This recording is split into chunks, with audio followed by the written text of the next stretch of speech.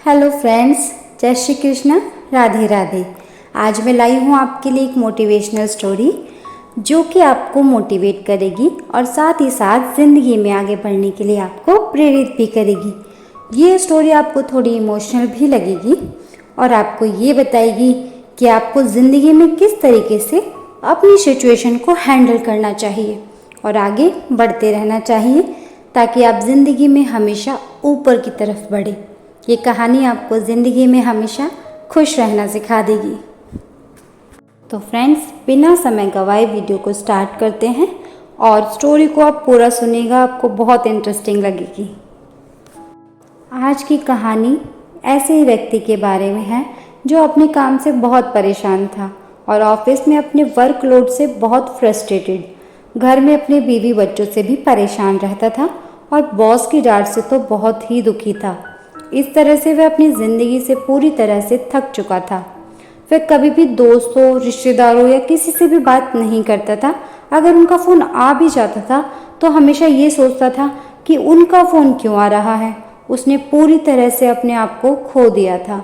उसकी लाइफ में कुछ भी एक्साइटेड और क्रेज़ी नहीं था। उसको हमेशा ये लगता था मैं हूँ या नहीं हूँ बराबर है। फ्रेंड्स, वर्कलोड का लाइफ में ना इतना बर्डन नहीं होना चाहिए जिसके कारण आपके रिश्तों में भी डिस्टेंस आ जाए और आप अपने लोगों को भी आप बिल्कुल भी टाइम ना दे पाओ। एक बार की बात है, संडे का दिन था। वह अपने घर पर ऑफिस का काम कर रहा था। तभी उसका बेटा आता है और बोलता है, पापा पापा मुझे होमवर्क करवा दीजिए। अब वह व्यक्ति हमेशा की तरह थका हारा परेशान अपने ऑफिस का काम कर रहा था और उसने अपने बच्चे को डांट दिया और कहा कि मैं अपने ऑफिस का काम करूं या घर पर बैठकर तुम्हारे काम करूं। बच्चे का मुंह तर जाता है और अपने रूम में चला जाता है। थोड़ी देर बाद उस आदमी को ये रियलाइज़ हो जाता है कि मैंने शायद बच्चे को गलत ही डांट दिया। मुझे एक बार जाकर उसका होमवर्क कंप्लीट करवा देना चाहिए। जब वो कमरे में जाता है तो देखता है कि बच्चा तो सो चुका है। उसकी होमवर्क की कॉपी उसके पास ही पड़ी होती है। वह सोचता है कि देख लेता हूँ कि इसने होमवर्क कंप्लीट किया भी है या नहीं। कॉपी को देखता है, उसमें लिखा होता है निबंध लिखें। उस निबंध का टाइटल होता है ऐसे काम जो आपको शुरू में तो अच्छे नहीं लगते पर धीरे धीरे अच्छे लगने लगते हैं।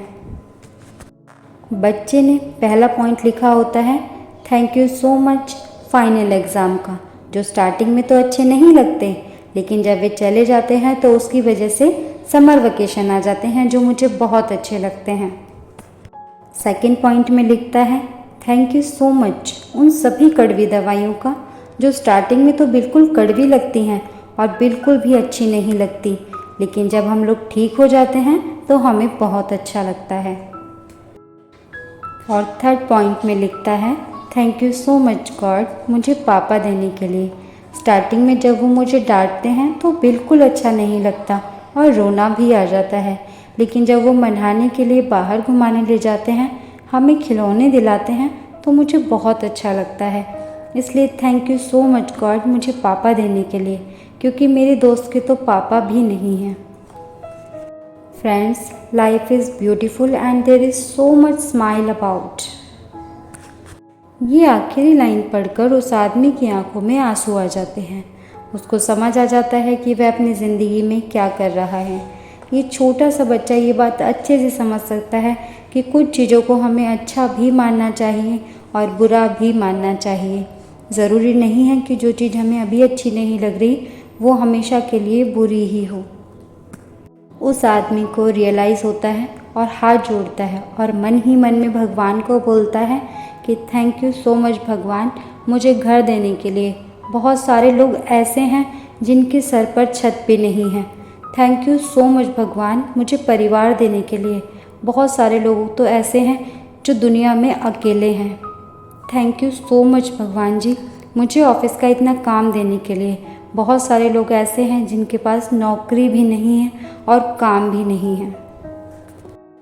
फ्रेंड्स, इस कहानी से हमें यही बात समझ में आती है कि लाइफ में हमेशा अच्छा नहीं हो सकता, हमें अच्छा बनाना पड़ता है। हो सकता है कि कुछ चीज़ें जो अभी अच्छी नहीं लग रही पर फ्यूचर में जाकर वो हमें बहुत अच्छी लगी।